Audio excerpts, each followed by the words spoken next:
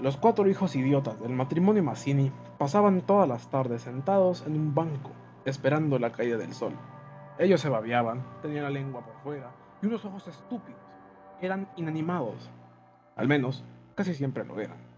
En el único momento en que se animaban era la hora de la comida, o si no a la caída del sol, porque enfrente de ellos, al bajar el sol en el poniente, se volvía todo rojo, y a ellos les impresionaba mucho ese color. Esos cuatro idiotas, sin embargo, habían sido un día el encanto de sus padres. A los 3 meses de casados, Mazzini y Berta habían sido bendecidos con la llegada de un hijo. ¿Qué mayor dicha para dos enamorados que esa honrada consagración de su cariño, libertado ya del vil egoísmo, de un mutuo amor sin fin ninguno y, lo que es peor para el amor mismo, sin esperanzas posibles de renovación? Su criatura creció bella y radiante hasta que tuvo año y medio. No fue hasta los 20 años que el niño, precioso, había tenido convulsiones terribles. El médico lo examinó con esa atención profesional que está visiblemente buscando las causas del mal en las enfermedades de los padres. Después de algunos días, los miembros paralizados recobraron el movimiento, pero la inteligencia, el alma, aún el instinto, se habían ido del todo. Había quedado profundamente idiota, baboso, colgante, muerto para siempre sobre las rodillas de su madre. Hijo, mi hijo querido, sollozaba ésta, sobre aquella espantosa ruina de su primogénito. El padre, desolado, acompañó al médico afuera. A usted se le puede decir, creo que es un caso perdido. Podrá mejorar, educarse en todo lo que permita su idiotismo, pero no más allá. Sí, sí, asentía Mazzini. Pero dígame, ¿qué es herencia que... En cuanto a la herencia paterna, ya le dije que lo que creía cuando vi a su hijo. Respecto a la madre, hay allí un pulmón que no sopla bien. No veo nada más, pero hay un soplo un poco rudo. Hágala examinar bien. Masino redobló el amor a su hijo. Tuvo que consolar sostener a Berta, herida en lo más profundo la llegada de aquel monstruo. Sin embargo, como es natural, el matrimonio puso todo su amor en la esperanza de otro hijo. Así llegó otro, y su salud y ternura fue como una luz de salvación para la pobre pareja.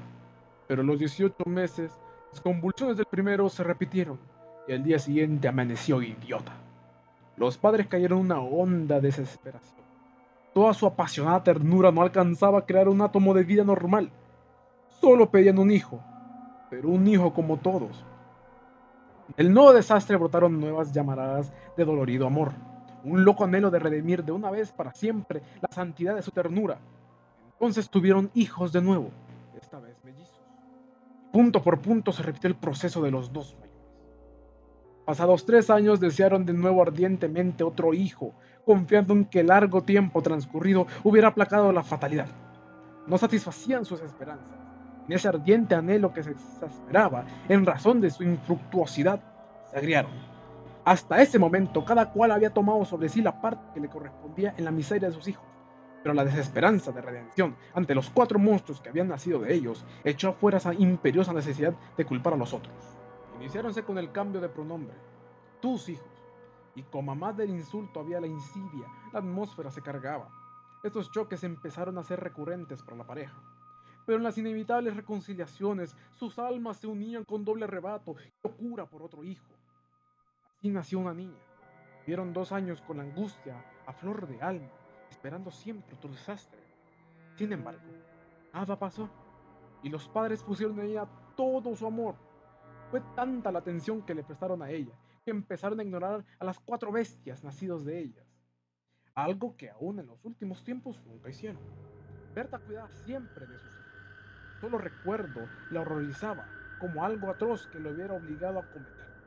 Mazzini, bien que en menor grado, pasábale lo mismo. No por eso la paz había llegado a sus almas. La menor indisposición de su hija echaba ahora afuera, con el temor de perderla, los rencores de su descendencia podrida. De este modo, Bertita cumplió 4 años. Esa noche, resultado de las golosinas que era a los padres absolutamente imposible negarle, la criatura tuvo algún escalofrío y fiebre, y el temor a verla morir o quedar idiota tornó a reabrir la eterna llaga. Mazzini y Berta se pasaban los días insultándose, llamándose víbora, el uno al otro. Ellos continuaron cada vez con mayor violencia, hasta que un gemido de Bertita selló sus bocas. A la 1 de la mañana la ligera indigestión había desaparecido, y como pasa fatalmente con todos los matrimonios jóvenes, que se han amado intensamente una vez tan siquiera, la reconciliación llegó, tanto más efusiva cuanto hirientes fueran los agravios. Amaneció un espléndido día, y mientras Berta se levantaba, escupió sangre. Sus emociones y mala noche pasada tenían, sin duda, gran culpa. Mazzini la retuvo abrazada largo rato, y ella lloró desesperadamente, pero sin que ninguno se atreviera a decir una palabra. A las 10 decidieron salir, después de almorzar. Como apenas tenían tiempo, ordenaron a la sirviente que matara a una gallina. El día radiante había arrancado a los idiotas de su banco, de modo que mientras la sirvienta degollaba a la cocina en el animal, desangrándolo con parsimonia, Berta había aprendido de su madre este buen modo de conservar frescura en la carne. Creyó sentir como respiración tras ella. Volvióse y vio a los 4 idiotas, con los hombros pegados uno a otro, mirando estupefactos la operación. Rojo. ¡Señora! ¡Los niños están aquí! ¡En la cocina! Berta llegó. No quería que jamás pisaran ahí. Y ni aun en esas horas de pleno perdón, olvido y felicidad reconquistada, podía evitarse esa horrible visión. Porque naturalmente, cuando más intensos eran los raptos de amor a su marido e hija, más irritado era su humor con los monstruos. ¡Salgan, María! ¡Échelos! ¡Échelos, le digo! Las 4 pobres bestias, sacudidas, brutalmente empujadas, fueron a dar a su banco. Después de almorzar, salieron todos. La sirvienta fue a dar a Buenos Aires y el matrimonio a pasar por las quintas. Al bajar el sol volvieron, pero Berta quiso saludar a un momento a sus vecinos de enfrente. Su hija escapóse enseguida a casa. Entre tanto, los idiotas no se habían movido en todo el día de su banco. El sol había traspuesto ya el cerco, comenzaba a hundirse, y ellos continuaban mirando los ladrillos, más inertes que nunca. De pronto, algo se interpuso entre su mirada y el cerco. Ana, cansada de 5 horas paternales, quería observar por su cuenta. Venía al pie del cerco, miraba pensativamente a la cresta. Quería trepar, eso no ofrecía duda. Al fin decidióse por una silla desfondada, pero faltaba aún. Recurrió entonces a un cajón de querosén, y su instinto topográfico hízole colocar vertical el mueble, con lo cual triunfó. Los 4 idiotas, la mirada indiferente, vieron cómo su hermana lograba pacientemente dominar el equilibrio, y cómo en puntas de pie apoyaba la garganta sobre la cresta del cerco, entre sus manos tirantes. Viéronla mirar a todos lados y buscar apoyo con el pie para alzarse más, pero la mirada de los idiotas se había animado. Una misma luz insistente estaba fija en sus pupilas. No aportaban los ojos de su hermana, mientras creciente sensación de gula bestial iba cambiando cada línea de sus rostros. Lentamente avanzaron hacia el cerco.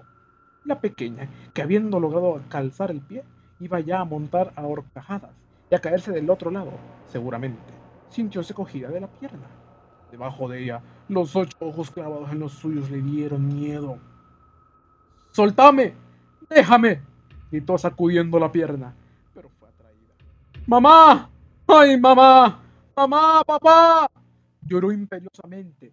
Trató aún de sujetarse del borde, pero sintióse arrancada y cayó. ¡Mamá! ¡Ay, ma! No pudo gritar más. Uno de ellos le apretó el cuello, apartando los bucles como si fueran plumas, y los otros la arrastraron de una sola pierna hasta la cocina, donde esa mañana se había desangrado la gallina, bien sujeta, arrancándole la vida segundo por segundo. Mazzini, en la casa de enfrente, creyó oír a la voz de su hija. Me parece que te llama, le dijo a Berta. Prestaron oído, inquietos, pero no oyeron más. Con todo, un momento después se despidieron, y mientras Berta iba a dejar su sombrero, Mazzini avanzó en el patio. ¡Bertita! Nadie respondió. ¡Bertita! Alzó más la voz, ya alterada. Y el silencio fue tan fúnebre, para su corazón siempre aterrado, que la espalda se le heló de horrible presentimiento. ¡Mi hija! ¡Mi hija! Corrió ya desesperado hacia el fondo, pero al pasar frente a la cocina, vio en el piso un mar de sangre. Empujó violentamente la puerta entornada y lanzó un grito de horror. Berta, que ya se había lanzado corriendo a su vez al oír el angustioso llamado del padre, oyó el grito y respondió con otro. Pero al precipitarse en la cocina, Mazzini, lívido como la muerte, se interpuso conteniéndola. ¡No entres! ¡No entres! Berta alcanzó a ver el piso inundado de sangre. Solo pudo echar sus brazos sobre la cabeza y hundirse a lo largo de él con un ronco